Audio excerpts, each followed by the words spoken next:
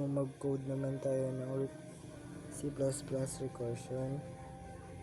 Always start with my name, Mike Carol R. Domingo. In course and section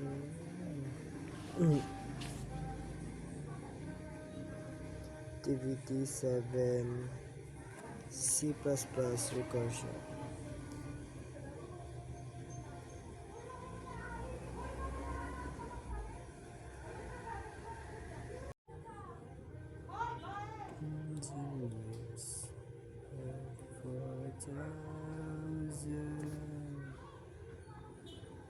Would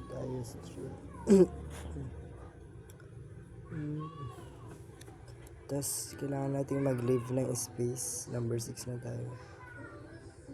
Yung words na, yung sentence natin na recursive function to calculate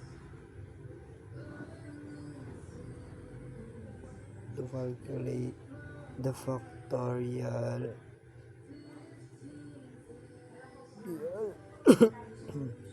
of number. So sa baba na tayo. Yung baba ay int factorial int close and open parenthesis mo lang, close, tapos int and tas curly bracket yan, tas dapat yung dalawang dyan, dapat nakatapat yung sentence na base case. Ba't may D? Ganun na. Base case. Tas yung factorial of 0 is 1. So sa baba ng sentence natin, hindi siya divisible kasi may dalawang ganun. N is equals to 0. Curly, dapat may space para siya. Basta dapat may space. Tapos close, tas curly bracket na naman. Tas dapat sa tapat ng N yung return 0. Yan, return 0. RETURN 1.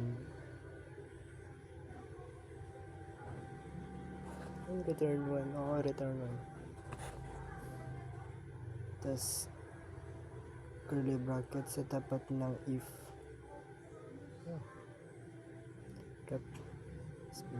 If curly bracket let curly bracket tas else tas curly bracket na pa left. Tas yung words na natin, yung word na recursive yung sentence na recursive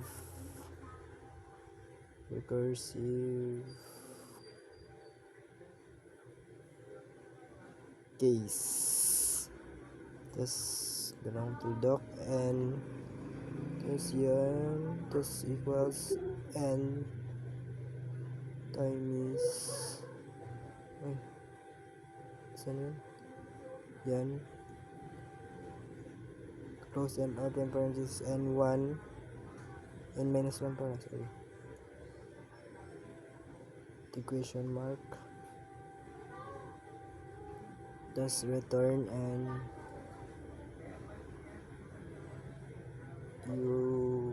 yung ganyan factorial close and open parenthesis n minus 1, tapos enter, tapos dapat nakatapat sa curly bracket yung curly bracket na ilalagay yan, tapos curly bracket na naman sa dulo ng 15, dapat sa dulo ng 15 yan,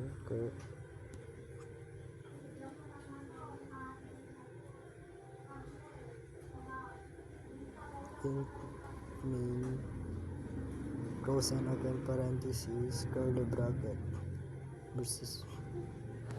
Tapos yung word natin na iba na using recursion to calculate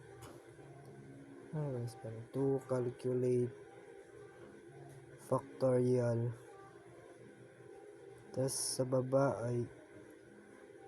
baba na yung int result. Int result is equals to factorial close and open parenthesis letter S. Tapos yung dalawang tuldok ay hindi. Yeah, basta yan, yung ganyan. Tapos output the result kung saan ba.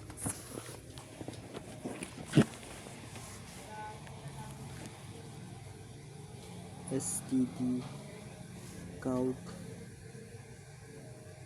Tapos yung sentence natin na factorial of S,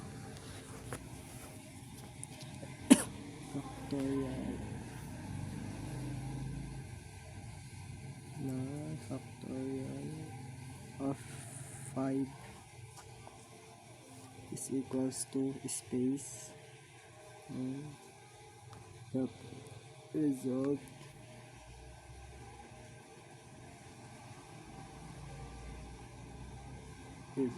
space std and line. This is then return 0. Tapos sa baba ng return 0 always curly bracket, dapat walang space. Yan, dapat always sa end is kailangan curly bracket. Kasi yun 5 is 120. So what if 77 siya? 0 kasi wala siyang 5. Wala siyang factor ng 5. How is 75.5? 0 din kasi 0.5. How is 75? 0. Why? Hindi ko alam.